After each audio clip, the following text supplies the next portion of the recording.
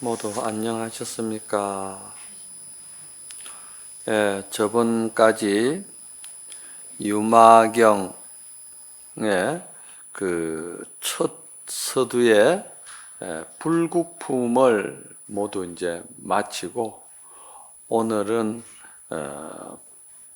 방편품으로 들어갑니다. 이 유마경은 여러분들도 인도 성지 순례 때 함께 하셨지만은 그 비하리 바이샬리라고 그러죠.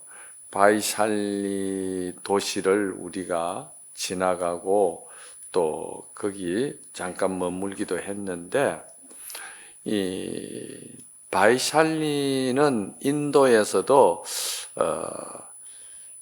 대단히 일찍 그 상업이 발달해 가지고 그 상업 지역으로서는 굉장히 풍족하고 또 여러 가지 살아가는 모습들이 상당히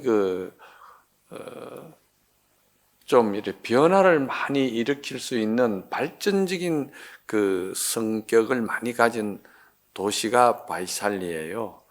그래서 그 바이샬리에서 이제 유마 그사라는 분이 이제 출연을 합니다. 그런데 이 바이샬리는 그때도 아마 정치적으로도 상당히 민주화에 가까운 그런 그 정치를 했다고 그래요. 그 기록에 따르면은 500명의 그 장자, 이제 그사님들이 이제 투표로서 그 선출이 되고, 그 정도로 정치적인 것도 이제 상당히 일찍 민주화 문을 좀 열었다, 이렇게 이제 봐야 됩니다. 그래서 그 불국품에서 그 요지가 장자의 그 아들 보적이라는 젊은 청년들이 한 500명이 부처님 앞에 찾아와서 이제 공양을 올리는데, 그 공양 올리는 것이 이제 부처님에게 보적 장자가 질문을 하죠. 부처님, 우리는 이 사바 세계에 인간 중생 세계가 너무나도 괴롭고 고통스럽고 또 마음이 괴롭습니다. 그러니까 저희들이 부처님 세계, 부처님 나라, 부처님의 정신 세계에 들어가려면은 어떻게 해야 되겠습니까? 이렇게 묻지요. 그러니까 부처님께서 하시는 말씀이 중생 세계가 그대로 부처님 나라고 부처님 정신 세계고 그대로가 극락세계니라, 이렇게 이야기를 했지요. 그러니까 그 보적이가 거기에 대해서 이해가 잘 안 갔어요. 그러면서 그 부처님께 500명의 그 제자들이 부처님께 그 일산을 이래 바쳤다는 기록이 나오죠. 그런 그 일산이라는 것은 인도 문화로 볼 때는 이제 햇빛을 가리는 이제 것이기도 하지만은도 아주 존경하고 예경 드릴 만한 말이지, 아주 인품이 훌륭한 분에게 최고의 이제 공경을 뜻으로서 바치는 게 그 이제 일산을 이래 바치는 게거든. 그러니까 그 500명이 일산을 다 이렇게 부처님에게 바치니까 그 500개의 일산이 부처님에게로 다가가서는 하나의 일산으로 바뀌었다는 것을 이제 기억하시죠. 그러니까 그 하나의 우산을 다시 부처님이 삼천대천 세계에 펼치니까 삼천대천 세계가 전부 다 각각 또 하나의 일산으로 다 돌아가더라는 것이지. 그래, 이것이 이제 참 불국품의 아주 참 대단히 이제 그 중요한 핵심을 말씀하시는 건데, 그 많은 일상이 각기 전부 다 이렇게 돌아간다는 이야기는 우리가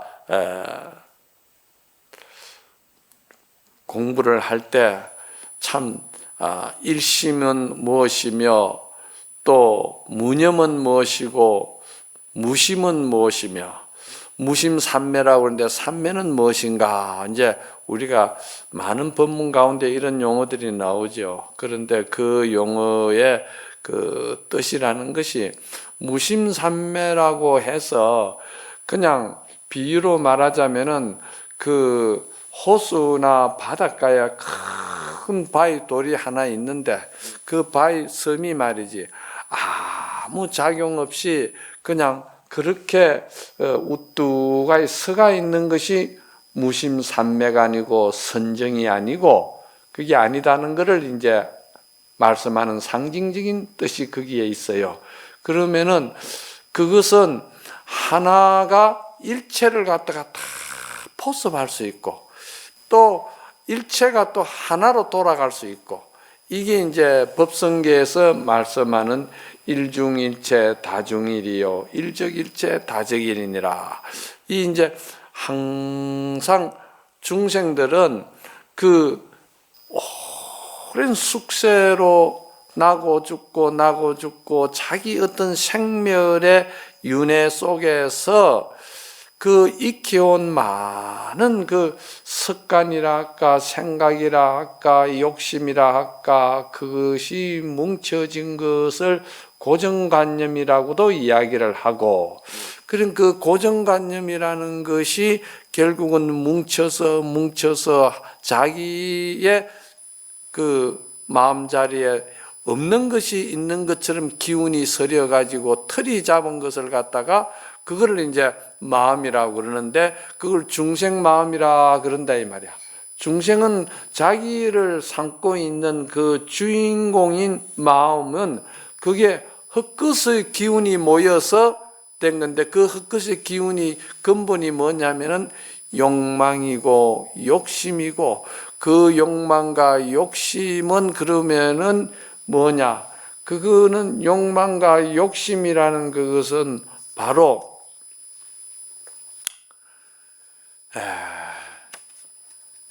항상 자기를 우선하는 말이지, 그런 그 기운인 거라. 그러니까 자기를 우선으로 하다 보니까 거기서 파생되는 것이 뭐냐? 비교하는 마음이 파생이 되는 거라. 누구하고도 자꾸 비교를 하는 거야. 거기서 괴로움이 생기고 고통이 생기고, 또 자기 정해진 욕망을 앞에 세워놔놓고 그 욕망을 채우지 못하는 것을 갖다가 항상 고통으로 삼는 거예요. 그런데 그 욕망이라는 것은 스스로 자기가 참 마음을 비우고 과거 생에 참 성근을 많이 쌓아서 선행과 많은 베품을 통해서 그 성근이 생기는 건데, 그 성근을 자기가 닦은 것이 없다 보면은 항상 그 욕망은 브레이크 없는 자동차와 같은 거라. 끝없이 중생심은 계속 욕망을 향해 달리는 것이죠. 그런데 그 욕망의 끝은 무엇이냐? 그 욕망의 끝은 결국은 불안과 공포와 고통과 그런 그 현대용어로 말하면 공황장애라든지 현대용어로 말하면 우울증이라든지 뭐 이런 것들이 거기에 결론에 도달하는 거예요. 그래서 그거를 우리가 결국은 고정관념이라는 실체가 없는 말이지, 허상의 기운을 자기 마음이라고 생각하고 그것이 있다고 생각하는 데서부터 그게 시작이 됐다는 거예요. 그래서 그런 것을 다 이 불국품에서는 다 헛것이라는 것을 갖다가 이 건강경에서는 그걸 뭐라고 그러냐면은 아상, 인상, 중생, 수자상이 다 여몽한포영이다. 꿈과 같고 거품 같고 다 그림자 같고 그런 것이다고 이제 결론을 내리버리거든. 끝에 가서 건강경에서는 그걸 이제 공사상이라고 그러는데, 그래 우리가 이제 그러한 그 자기의 본래 청정한 기운을 믿지 못하고 자기의 불성을 믿지 못하고 자기의 아주 지혜로운 성근 공덕을 믿지 못하고 그런 헛것에 도취되어서 자기를 삼기 때문에 그래서 고통이 생기는 것이고 중생의 세계가 인간 세계가 괴롭고 더러운 것이다라고 보인다는 거예요. 그래서 부처님이 이제 그거를 이렇게 이야기를 하시는 거예요. 그래서 사실은 부처님의 정신세계, 불국세계는 어디입니까? 중생세계가 불국세계니라. 깨치고 모든 것을 지혜가 아주 열린 성인의 눈으로 볼 때는 그냥 중생세계가 그대로 부처님 세계고 극락세계고 불국세계라는 거예요. 그런데 중생의 입장에서는 자기가 얽어놓은 자기 어두움 속에 갇혀가지고 그 밝은 지혜의 등불을 보지 못하고서는 집착하는 거거든.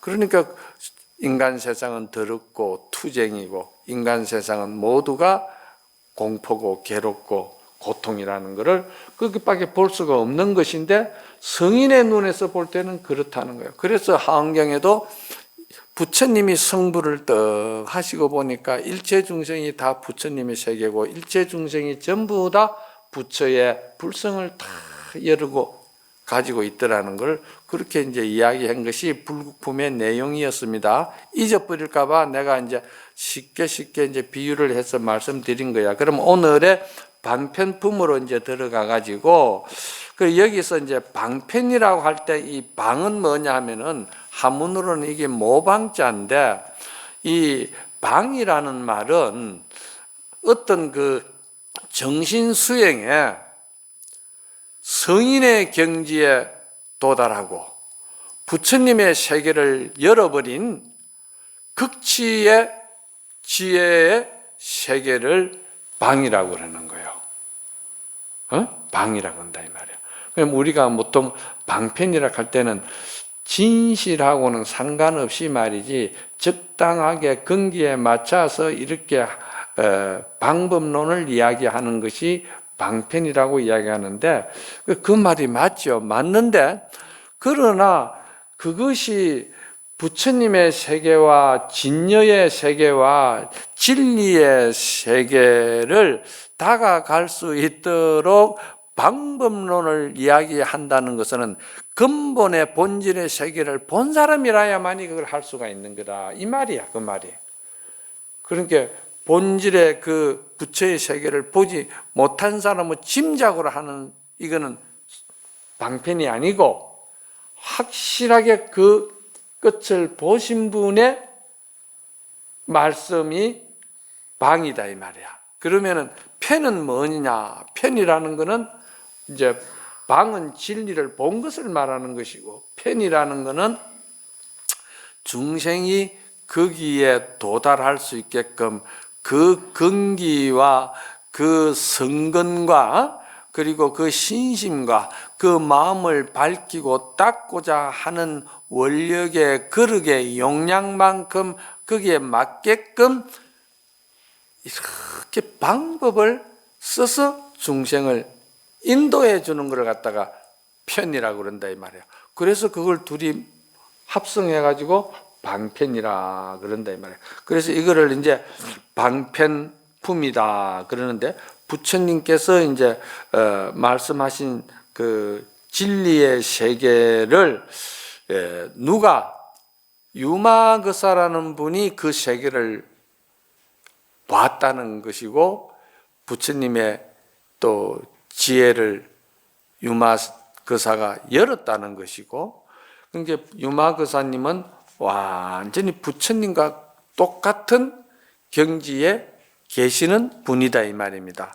그래서 불국품에서는 어떻게 이 유마경이라는 경의 주인공이 되는 유마거사가 등장을 안 하고 말이지 보적 장자로 해서 500명만 등장하고 주인공이 나서질 않으니까 이제 궁금한 거라. 그런데 이 방편품에서 이제 주인공이 나서는 거예요. 그런데 이 주인공이 불국품에서 나서지 않은 이유가 뭐냐면은 당신이 몸이 아파서 병이 들어서 그래서 내가 거기에 출연하지 못했다.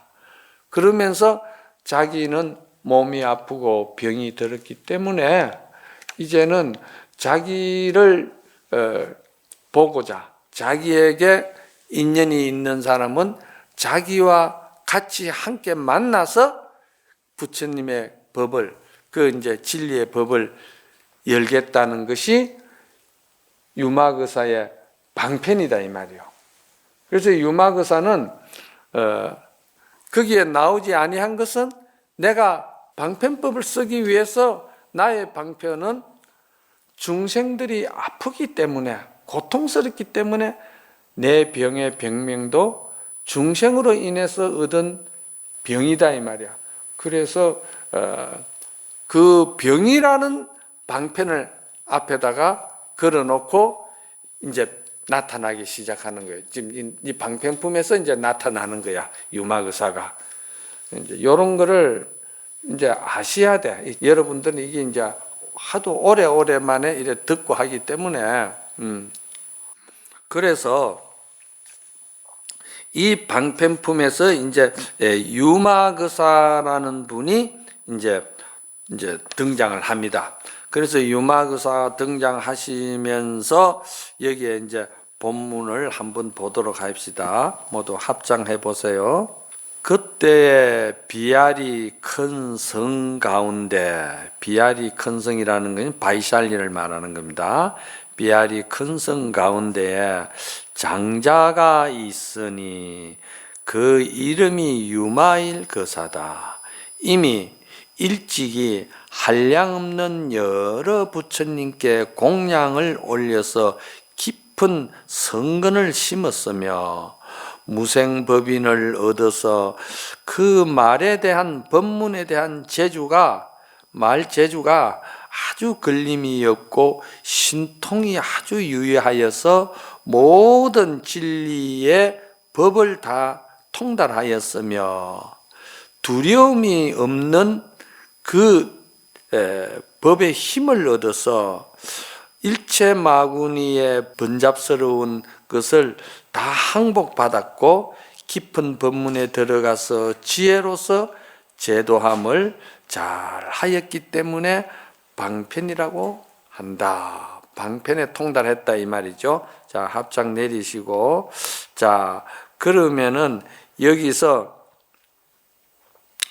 이제 아까도 불국품에도 나오지만은 이제 제일 첫 번째 장자라고 하는 이제 용어가 나오는데 이 장자를 그 뜻을 우리가 잘 알아야 되겠다는 것이지.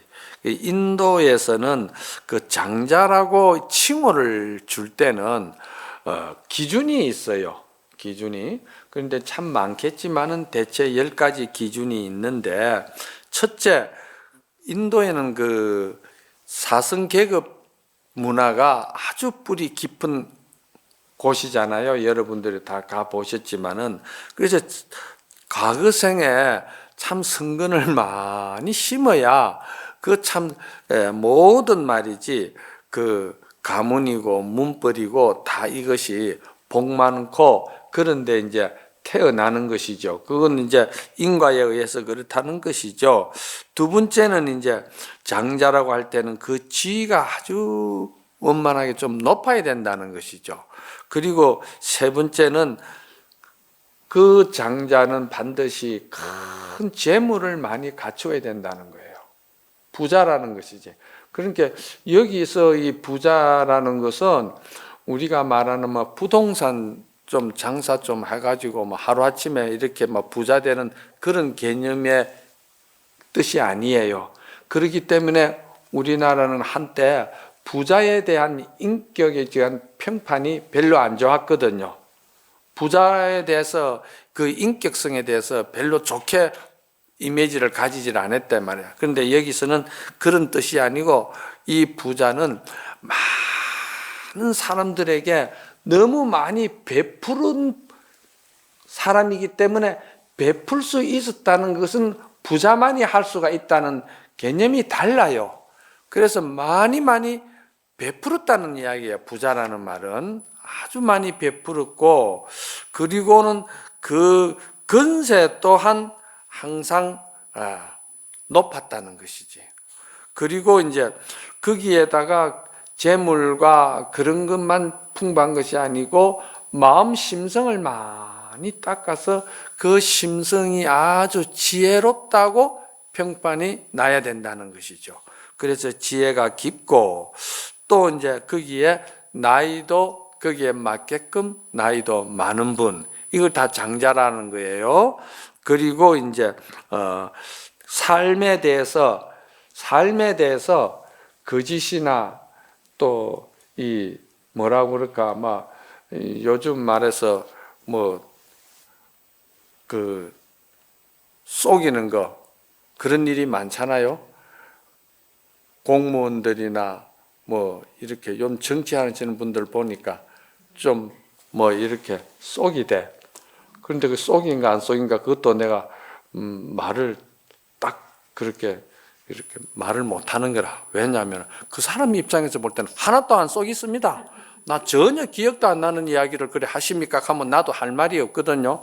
그러나 여기서 말하는 것은 말이지, 그런 과실이 없는 것을 갖다가 장자라고 그런다. 그 장자에 대한 인격의 칭호가 여기서는 상당히 긍정적이고 굉장히 뭐라고 그럴까, 자비스럽고 조건 없는 사랑으로서 어려운 사람들에게 다가가는 삶의 모습을 기준을 두고서는 그래서 장자라고 그러는 거예요. 요거 잘 알아놓으셔야 돼요.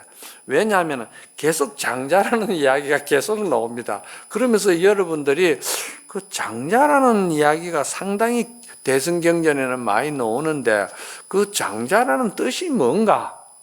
이제 이런다 이 말이야. 그 건강경에서는 이걸 또 이제 수행을 많이 하시고 마음을 많이 참 밝히시고 참으로 자비와 지혜가 아주 널리 충만하여 베푼 사람을 갖다가 또 건강경에서는 장로라고 그러거든요. 예? 장로 수보리 이래 나오잖아요. 그러니까 장로라는 말이나 이 장자라는 말이나 그 개념이 거의 같다고 보시면 됩니다. 예. 이런 용어들을 이제 잘 보셔야 되고, 거기에서 여기에 뭐라고 나오느냐면은 한량 없는 여러 부처님에게 공양하였다. 누가 그랬어요? 장자가 그랬다는 말이죠. 그리고 이제 한량 없는 여러 부처님에게 공양을 많이 베풀었다는 거예요. 자, 여기서 공양을 많이 베풀었다니까 우리가 생각하는 이 법당에 부처님 모셔놓고 맞이 올리고 공양 올리는 것을 갖다가 그것도 예경이고 공경의 표시지만은도 여기서 말하는 유마일이 공양을 많이 베풀었다는 것은 아까 조금 전에도 말씀드렸지만은도 그 유마거사는 참으로 어렵고 아주 힘든 사람들을 위해서 아무 조건 없이 그렇게 많은 적선을 했다는 거예요. 선행을 했다는 거예요. 그게 이제 일체 중생들에게 다 공양을 올렸다는 뜻이거든요. 그래서 이런 내용이 이 유마경의 첫머리에도 이래 나오지만은도 건강경에도 보면은 첫머리에 수달다라는 장자가 기수극고동 그 부처님의 기원정사를 이루었을 때 수달다 장자가 엄청난 큰 부유한 그 인격을 갖추고 부유한 참 장자인데, 그 장자가 고독원이라 하는 거는 고독이라 할 때 고자는 어린 나이에 부모를 잃은 것을 갖다가 외로운 자식이라 그 외로울 고자를 쓰고, 독자는 나이가 많아서 자식이 없어서 보양해 줄 사람이 없어 고적하게 지내는 사람을 그게 이제 고독이라고 그러는 거예요. 독자라 그런단 말이에요. 그러니까 고와 독이 거의 뜻이 다르다 이 말입니다. 그러니까 어쨌든 간에 고독한 것은 괴롭고 고통스럽고 외로운 영혼들이다 이 말입니다. 그렇죠? 예. 그러니까 이 사람들에게 아무 조건 없이 그 모든 그 보시를 베풀었다는 거 아닙니까? 그래서 그 수달타 장자가 그래서 유명한 것이거든요. 처음에 초기 경전에 보면은 수달타 장자가 자꾸 베풀다 보니까 살림이 이제 자꾸 이제 떨어질 거 아닙니까?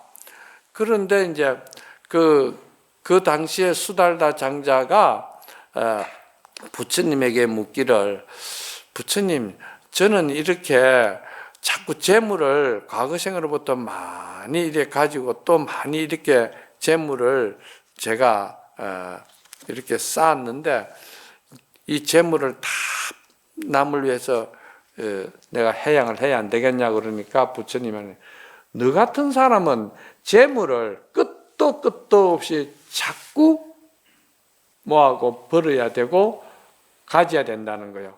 왜 그러냐? 그대가 그러한 마음을 가지고 재물을 베풀기 때문에 끝없이 중생을 도와주기 때문에 너는 더 많이 가져야 된다. 그래서 나중에 가면은 그 이제 하나의 비유인데 수달타 장자의 집에 말이죠. 아무 끝도 없어요. 창고가 텅 비었어요. 이건 상징성입니다. 꼭 그렇다는 것이 아니고 텅 비었는데 남은 것이 하나 있다 하면은 그 실 돌리는 물레 있죠. 물레 그거 하나만 이렇게 남은 거야. 그래서 그 물레 그거를 이제 그나마 팔아 가지고 그거를 이제 사다가 요즘 말로 보리쌀 한 대라도 사 가지고 가족들하고 이제 끓이 무이 되겠다 해 가지고 그래 이제 그 수달타 장자가 물레를 가지고 가지고 시장에서 팔았어요. 팔고서는 그걸 돈을 받아 가지고 자기 집으로 돌아오니까 가습존자가 떡 집에 와가 있는 거라. 그래 어째 오셔서 그러니까 부처님들에게 이렇게 먹을 것이 없어서 이랬는데 그래 탁발하러 왔다는 거예요. 그러니까 수달타 장자가 가만히 기가 차기라 먹을 것이 없어가지고 물레를 팔아가지고 왔는데 다른 사람도 아니고 생전엔 탁발하러 안 오던 가습존자가 와서 탁발을 하는데 안 줄 수가 없는 거야. 그래서 그것마저 이래 줬다는 그 초기 경전에 그 하나의 그 상징적으로 그런 거예요. 그러니까 보시바라밀이라는 것은 이와 같이 큰 성공 공덕을 쌓는 지혜를 열어주는 그런 그 마음의 힘인데 그 마음의 힘을 말이지 장자가 그냥 얻어지는 것이 아니고 그렇다는 것이죠. 그렇게 참 성근 행위를 많이 해서 그래 여기 장자라는 말이 다 그런 뜻입니다. 예. 그래서 한량없는 여러 부처님께 공양하였다 하는 것은 물질로만 가지고 공양한 것도 아니고 마음적으로도 그렇고 언어로도 그렇고 몸으로도 그렇고 아무 조건 없이 자기를 돌보지 아니하고 그렇게 헌신적으로 그 선한 선행을 많이 했다는 의미를 여기서는 한량없는 여러 부처님에게 많은 공양을 베풀었다 하거든요. 그러니까 여기서 한량없는 부처님에게 베풀었다 하니까 부처님한테 베푸는 일이기 때문에 그거 누구든지 나도 부처님한테 베풀으라 하면은 내가 막 얼마든지 하겠다 여러분 이래 생각하겠죠. 여기서 말하는 것은 그게 아니에요. 이런 거를 잘 봐야 돼요. 여기서 여러 부처님에게 공양을 베풀었다 하는 것은 여러 부처님을 누굴 말하느냐면은 여러 어려운 고독한 사람을 말하는 거예요. 왜 그러냐? 전부 다 부처의 성품을 가진 불성을 가진 부처이기 때문에 중생은 이 경지에 들어가면은 유마거사나 수달타 장자나 성인의 눈으로 볼 때는 중생은 한 사람도 없는 거야. 전부 다 똑같은 부처로 본다 이 말. 그걸 평등세계라고 그러지. 그래서 그거를 불의의 세계다. 아니 불자 둘리자 중생과 부처가 따로 있는 세계가 아니다. 이 유마경의 핵심은 불의의 품에 들어가면은 불의의 세계를 드러내거든요. 열반과 생사가 둘이 아니고 중생과 부처가 둘이 아니고 사랑과 미움이 둘이 아니고 이게 전부 다 둘이 아닌 불의의 세계를 이제 나중에 나옵니다. 여기서 이제 말하는 부처님 공양은 일체 중생을 다 부처님으로 보고 공양을 베풀었다는 겁니다. 그렇죠? 이런 것이고, 그 다음에 무생법인을 얻었다고 나오거든요.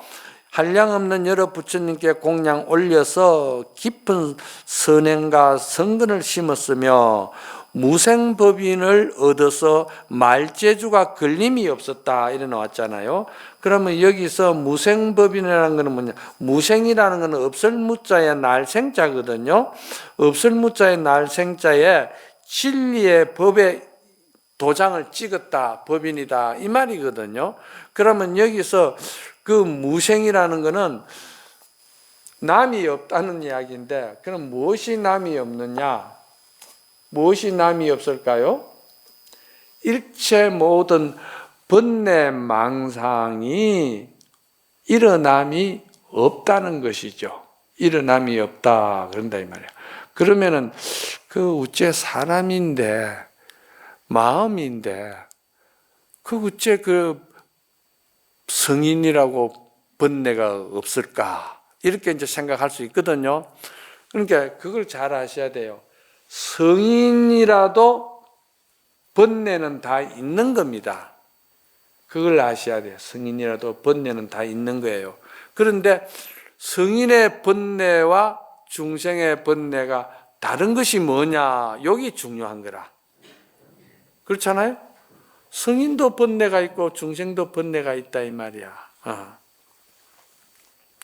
그러면은 성인에게 일어나는 번뇌는 무엇과도 같으냐 하면은 저 맑은 하늘에 인연을 따라서 지나가고 쫓아오는 창공의 구름과 같이 본다는 거예요. 성인은 번뇌를. 그러니까 성인이 바라보는 창공 하늘에 성인이 가장 중심으로 가장 믿음을 가장 진리로 삼는 것은 뭐냐면은 티끌 하나 없는 청천 맑은 하늘을 말하는 것이거든요. 그 하늘이 우리 인간의 본성이라는 것이죠. 그 본성은 성인들은 그거를 확신하고 알고, 아까 모방자의 방자는 그 진리를 극치에 이른 사람이 쓴다고 그랬잖아요. 그러니까 청천 하늘에 티끌 하나 없다는 것을 확실히 본 사람이다 이 말이야. 그리고 그 본 사람은 구름이 아무리 끼고 안개가 아무리 끼었다 하더라도 구름과 안개가 흙것이라는 것을 성인은 아는 거예요. 성인한테도 번민이 있고 고뇌가 있고 뭐가 다 있죠. 있어도 성인은 전혀 그런데 마음이 동요되지 않는다는 거예요. 그 비유를 하면은 뭐가 같으냐 하면은 성인의 마음은 물과 같다는 거예요. 물은 그러면 어떻게 됩니까? 물은 세모난 그릇에 들어가면은 뭐 말없이 세모꼴로 적응하고 들어갑니다. 또 물은 팔모로 된 그릇에 들어가면은 아무 조건 없이 팔모로 들어갑니다. 그런데도 그 물은 세모에도 팔모에도 16각에도 그 물은 절대 집착하지 않는다는 거예요. 집착하지 않는 것은 왜 집착하지 않느냐? 성인은 고정관념이었기 때문에 그렇다는 거예요. 중생은 고정관념의 기운으로서 틀을 잡아가지고 자기를 삼고 있기 때문에 그 고정관념 때문에 중생은 항상 자기가 기준을 만들어 놓은 자기 마음에 들어야 되고 자기가 원하는 대로 돼야 되고 자기 생각대로 자기 뜻대로 상대가 맞춰주기를 바라는 것이 중생의 고정관념이거든. 그런데 부처는 그 고정관념이 없다는 거예요. 그러니까 그 고정관념이 없어지려고 하면 어떻게 됩니까? 일체 번뇌망상이 다 헛것이고 실체가 없다는 걸 알고 마음이 텅 비어야 되죠. 마음이 텅 비면은 뭐가 같더냐면은 호롱박과 같다는 거예요. 호롱박. 호롱박은 어때요? 호롱박은 속이 비었잖아요. 속이 비었기 때문에 큰 파도가 오든 작은 파도가 오든 태산 같은 파도가 오든 다 그 세파, 풍파 할 것 없이 그게 다 와도 아무 동요 없이 무심하게 그거를 다 이렇게 이게 깔아앉지 않고 자유롭게 뜬다는 거예요. 중생은 그렇게 못한다는 것이지. 중생은 자기가 딱 만들어 놓은 욕심이라는 틀을 딱 자기가 근본을 삼고 있기 때문에 거기에서 한 티끌만큼이라도 벗어나고 맞지 않으면은 중생은 화가 나고 스트레스 받고 속이 상하고 분하고 원통하고 다 그런 거예요, 중생은. 그렇다 이 말이야. 그래서 이 참 알고 보면은 이 마음 닦는 것이 얼마나 이것이 큰 공덕이라는 것을 모르는 거라. 우리 이 중생은 말이지 그냥 물질의 이익을 보는 것만이 공덕이라고 복덕이라고 생각하는데 성인의 그 정신세계가 그 행복의 기준 가치는 다르다는 거예요. 성인이 바라보는 행복 기준 가치는 정신세계를 말하는 거예요. 그러니까 초심에도 항상 하는 말이 삼일수심은 천재보요 백년탐업은 일조진이다 그러거든. 그러니까 삼일수심은 천재보고 백년탐업은 일조진이라는 말은 3일 동안이라도 마음을 깨끗이 참 이렇게 지혜가 일어나게끔 자기 자성을 잘 닦은 것은 천년의 보배가 된다는 이야기거든 그게. 그리고 100년 동안 내가 욕심부리고 고정관념으로서 자기 어떤 틀을 짜가지고 살아본들 그거는 죽을 때 결국은 저녁나절에 연기만도 못한 어리석은 욕망이다 이 말이거든. 그 말이 그렇잖아요. 삼일수심 천재보여 백년탐업은 일조진이라. 그렇기 때문에 이런 말들이 대성경전에는 다 나옵니다. 대성경전에 여러분들이 건강경에 말이지 뭐라고 나옵니까? 범소유상이 다 개시허망인데 약견재상 비상이면 적견열이라 하죠. 여러분들 건강경 배우면서도 범소유상이 개시허망이라 하니까 여러분들이 세상이 전부 다 물질이고 뭐고 다 허망하고 허무하고 무상하고 다 필요 없고 뭐 이렇게 여러분들이 생각할 수도 있어요. 그런데 건강경에서 사국계가 이거 대단히 중요하고 사국계가 무엇보다도 수성하다고 나오느냐 하면은 세상에 가장 귀한 칠보를 이 삼천대천 세계만큼 쌓아가지고 많은 사람들에게 베푼 공덕보담도 사국계 하나 제대로 실천해가지고 자기 그 정신과 자기 마음의 안정을 얻은 것만 못하다 이 말이거든. 그러면 여기서 사국계는 무슨 말이냐면은 사국계는 범소유상개시허망은 이렇게도 생각해도 됩니다. 몸뚱이 육신을 위해서 내가 아무리 많은 욕심을 부리고 또 많은 것을 갖다가 그것을 기준으로 해가지고 주고받고 하는 삼천세계 칠보를 베푼다 한다 하더라도 한마디 말로서 내 영혼을 밝혀주고 한마디 말이 내 자성을 밝혀주고 영혼을 안정시켜주고 영혼을 평온하게 해줬다 하면 그것은 칠보로 보시한 것보다도 더 수성하다 이런 뜻입니다. 한마디의 진리 말을 내가 잘 듣고 이해하고 체득하고 체험해서 내 자성 자리에 그 등불을 밝힌 그런 지혜가 있다면은 그 영혼은 얼마나 평온하고 안정되고 평화롭겠어요. 그 정신적인 세계를 말하는 것이지. 그 여기서 말하는 것도 그거예요. 그 무생법인을 얻었다 하는 거는 그 다 부질없는 그 색수상 행식의 그 어리석은 탐욕의 뜬구름이 말이지 일어나고, 또 이제 그 탐진치, 그 탐욕과 썩냄과 어리석음의 탐진치의 그 거품 같은 것이 말이지 일어난다 하더라도, 일어난다 하더라도 중생은 거기에서 고정관념에 묶여 있기 때문에 고통스럽고 괴로운 스트레스를 받겠지만은도, 성인은 그것이 전혀 그냥 눈앞에서 그냥 왔다 갔다 할 뿐이지 거기 매이질 않는다는 거예요. 비유를 하면 이런 것 같은 거예요.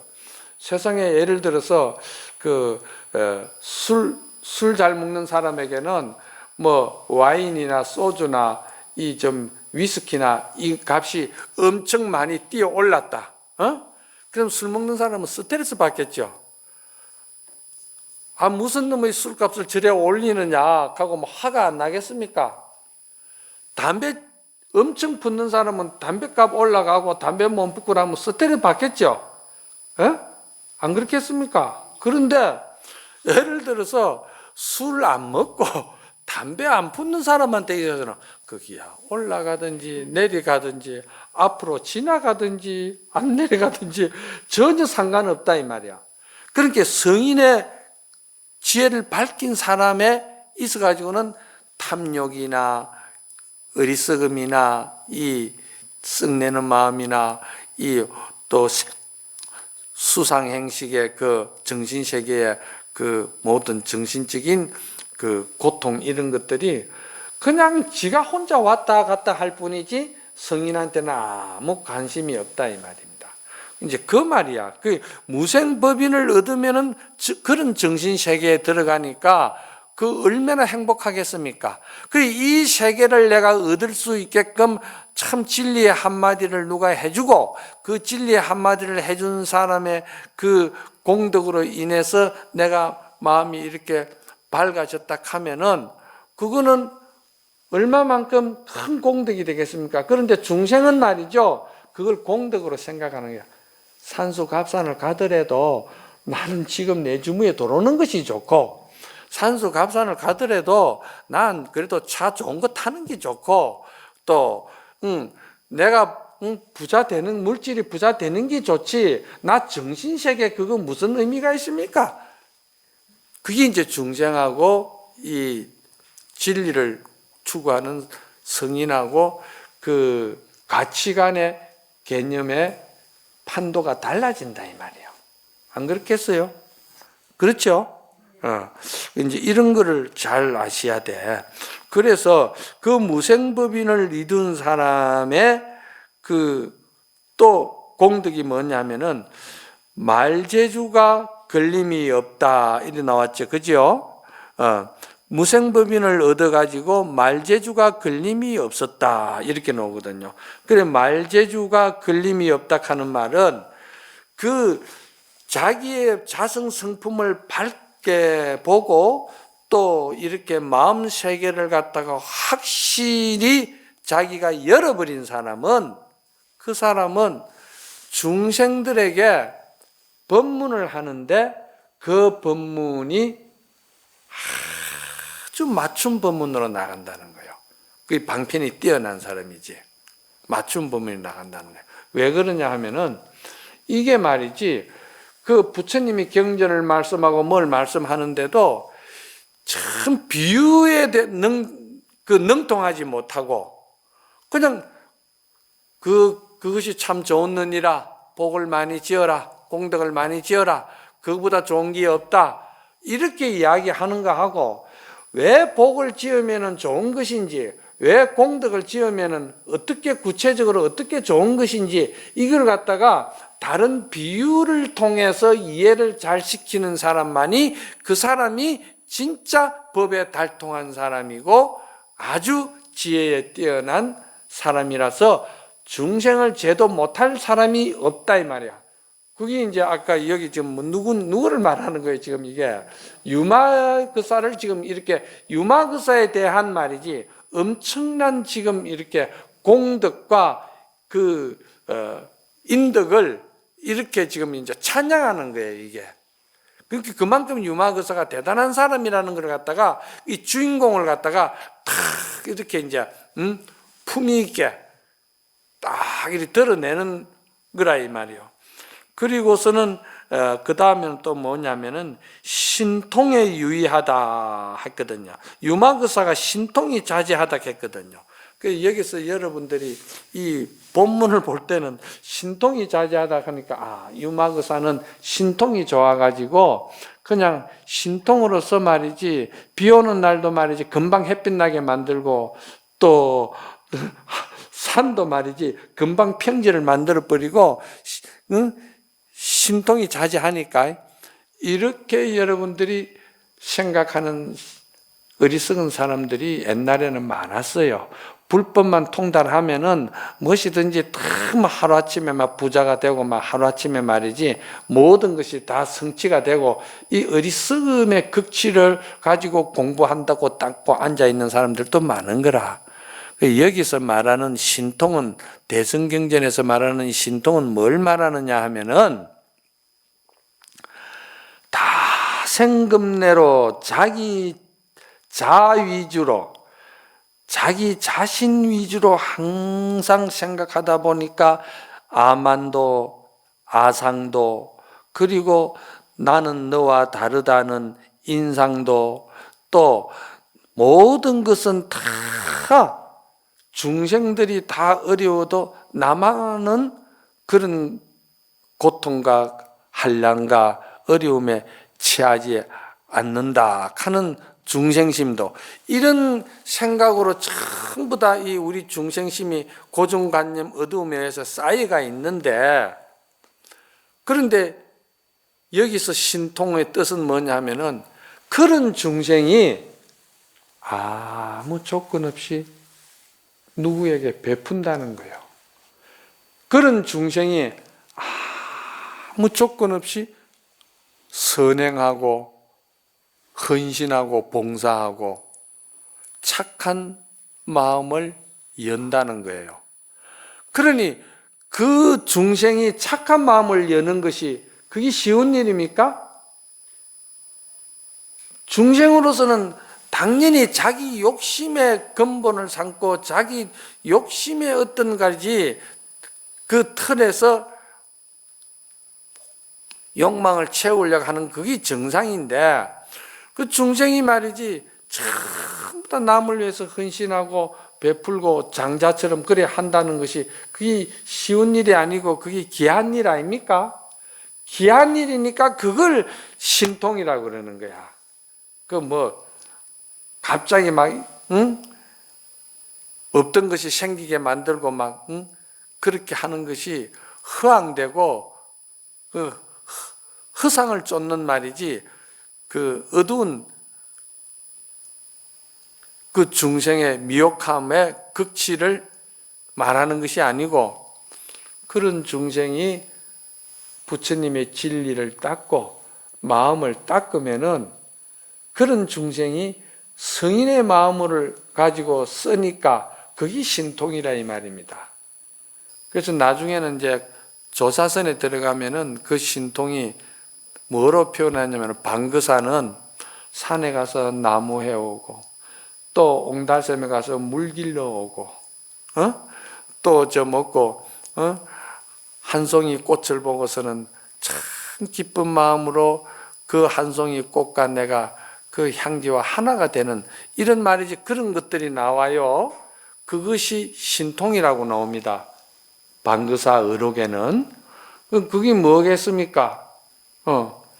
성인의 마음에 극치에 된 사람은 이미 중생심 자체가 상대적으로 없어져 버렸기 때문에 그냥 물 길는 거고 장작 패는 거고 지게질하는 거고 이게 전부 다 진리의 법에서 나오는 것이고 성인의 마음에서 나오는 것이다 보니까 중생이라는 어둠 자체가 상대적으로 없기 때문에 그 자체가 그냥 그대로 신통이다 이 말이야.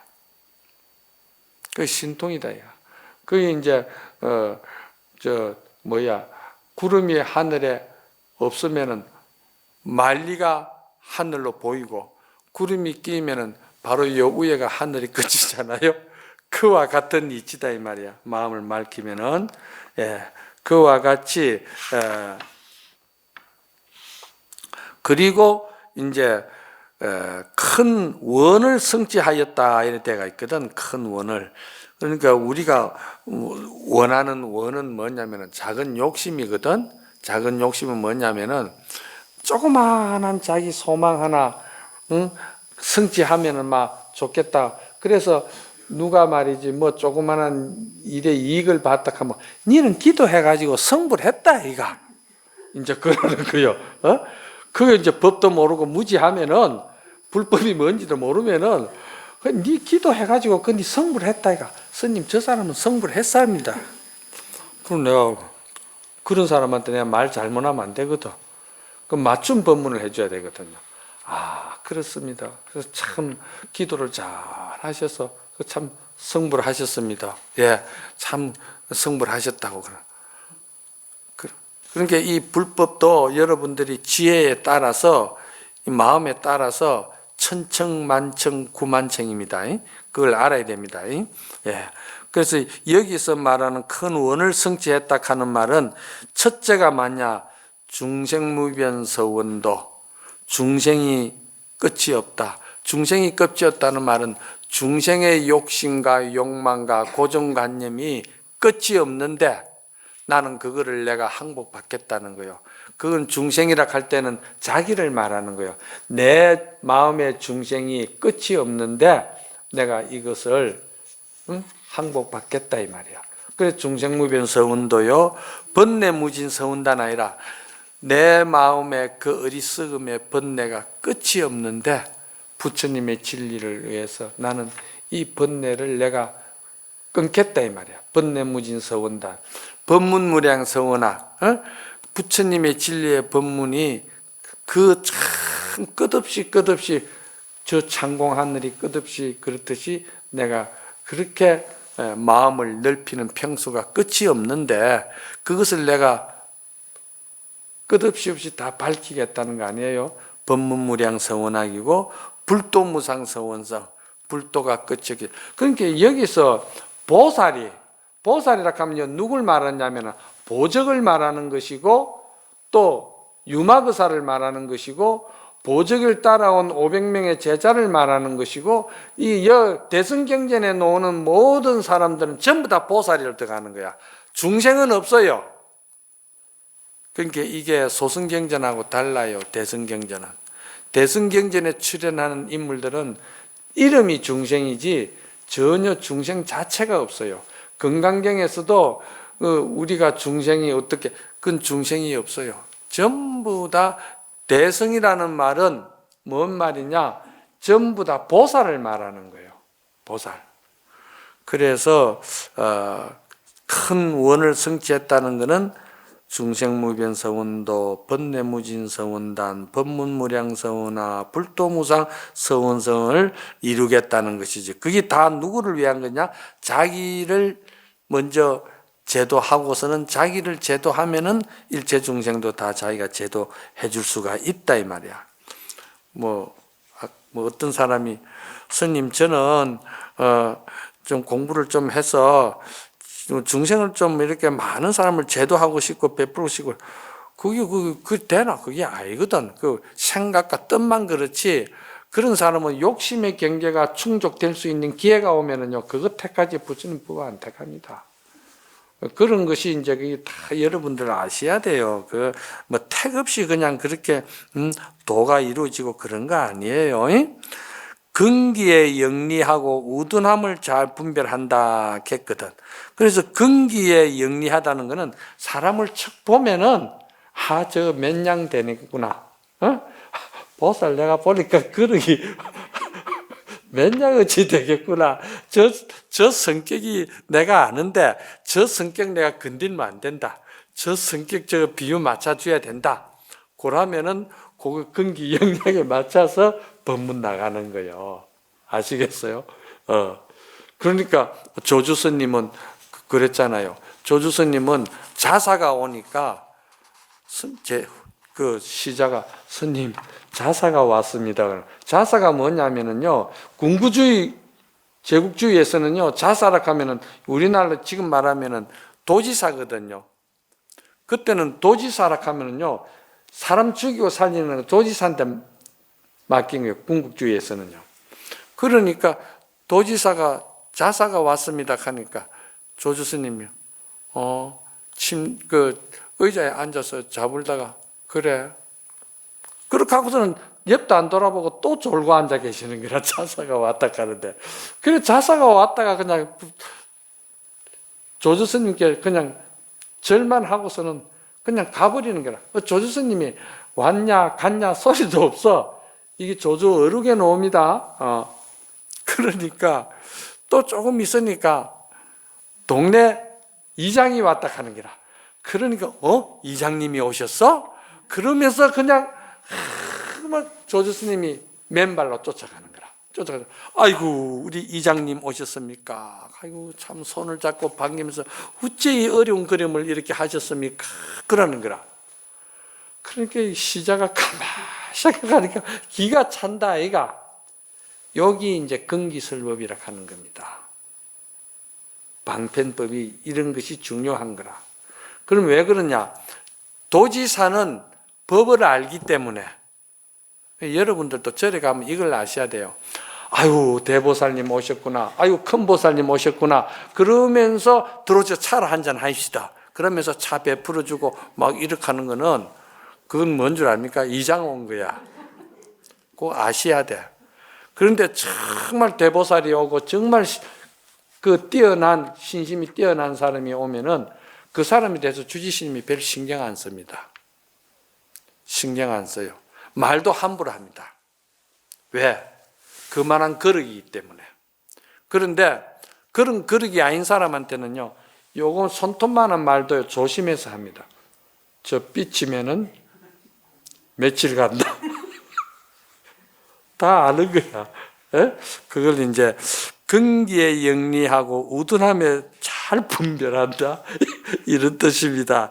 이 대승경전을 잘 새겨야 돼요. 예. 그냥 읽는다고 이것이 여러분들이 이해가 가는 게 아니에요. 예?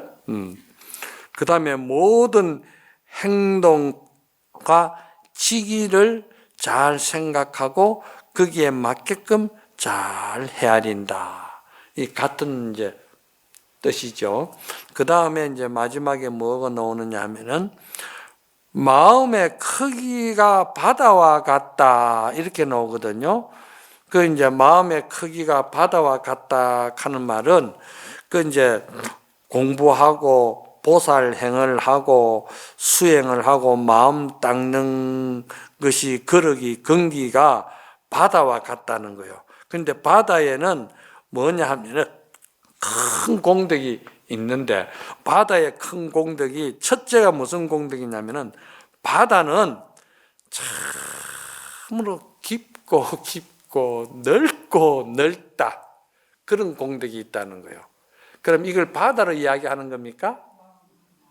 우리 마음을 말하는 거예요.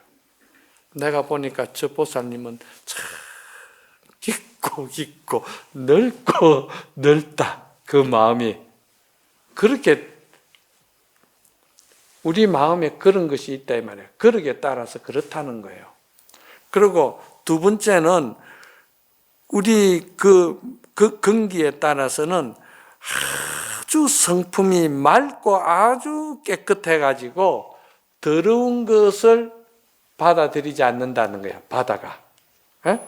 그럼 여기서 바다가 맑고 깨끗하다는 것은 이해가 가는데 더러운 것을 받아들이지 않는다 하는 이 말은 뭔 말이냐 하면은 바다는 깊고 넓고 깨끗하고 맑다는 이야기 아닙니까? 그런 공덕이 있다는 이야기인데 마지막이 뭐냐? 더러운 것을 받아들이지 않는다 이 말이야. 그러면 더러운 것을 받아들이지 않는다는 것은 바다는 시신을 받아들이지 않습니다. 언제 물려내도 물리칩니다. 시신을 밀려 나오게 돼 있어요. 바다가 다 받아들이는 것 같죠? 안 그렇습니다. 썩은 시신은 물리냅니다. 파도로서 결국 다 물리낸다. 이 말은 뭔 말이냐면은 법을 아는 사람, 진리를 아는 사람, 성근이 깊고 넓고 맑고 깨끗한 사람은 자기 마음에 아상과 인상, 중생, 수자상, 자기 그 욕망, 이런 중생심, 어리석음을 절대 받아들이지 않는다는 거예요. 물리낸다는 거예요. 물리내야 이 사람이 성인이 되고 보살이 될 거 아닙니까? 그런 것이 있다는 거예요, 우리 마음에. 그 전부 다 마음에다 비유한 겁니다, 이거. 그 세 번째는 또 뭡니까? 셋째는 한량없는 값진 보배를 간직하고 있다는 거예요, 바다가. 그러니까 한량없는 값진 보배를 바다가 간직하고 있다는 말이 무슨 말이냐? 우리 자성은 부처고, 우리는 본래 불성은 부처의 마음이고, 우리는 전부 다 일체 중생을 다 제도하고도 그 제도한 데 대해서 티끌만큼도 아상이 없다, 이 말이야. 그러니까 우리는 뭐 조금이라도 베풀면은 부부지간에도 가족간에도 뭐 그 도반끼리도 뭐 조금 해주고 나면은 그거 언제 내한테 돌려주나 계속 신경을 쓰거든요. 그래서 안 돌려주잖아요. 안 돌려주고 있을 때는 어느 날 딱 걸리면은 그냥 막 미사일 퍼붓듯이 막 퍼붓는 거야. 에? 이제 그게 우리 중생심이다, 이 말이요. 그런데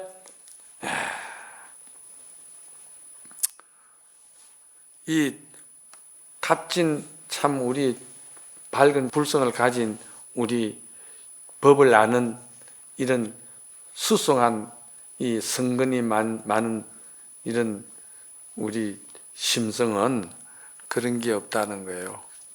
그냥 항상 이해해주고, 항상 보살펴주고, 항상 칭찬해주고, 항상 베풀어주고, 이렇게 그 하는 것을 갖다가 새 속에서는 그걸 뭐라고 그러냐면은 저 사람은 참 인덕이 많다 하거든요. 인덕이 왜 많겠습니까? 그만큼 내가 많은 덕을 베풀었기 때문에 내가 인덕이 되는 것이지, 내가 베푼 것도 없고 계산적으로 놀 때는 그게 상대가 먼저 알아버려요. 저 사람은 저래도 인색하다. 저 사람 저 겉모습에 저 속으면 안 된다. 저 사람은 말하고 심성하고 다르다. 말은 저래 빈들이 하는데 속은 저 사람 다르다. 이게 전부 다 아는데 누가 압니까? 상대가 먼저 안다니까. 상대가 먼저 알기 때문에 그 사람에게 접근하고 그 사람에게 마음을 열어주고 그 사람에게 뭔가 이렇게 하나가 되어주고 싶은 생각이 없이 경계를 하는 거예요. 경계를 하기 때문에 인덕이 없다는 거예요. 가는 게 없은 거예요. 그 자기 생각에는 나는 스님 왜 이래 많이 베풀고 뭐 했는데 나는 왜 이래 인덕이 없습니까? 그러거든. 그 인덕 없는 것이 그게 그냥 없겠어요? 사람이 먼저 그걸 안다, 이 말이야. 저 사람의 마음에 좋은 향기가 있는지 없는지, 계향, 정향, 해향, 해탈향, 해탈직연향 그랬잖아요. 그게 다 어디서 나오는 거예요? 이 꽃에서 나오는 소리가 아니에요. 마음 심성에서 나오는 소리예요. 마음을 많이 닦으면 그런 향이 나온다는 거예요. 향이. 예, 오늘 법문은 여기까지만 합시다. 오늘 많이 했다, 그제? 예.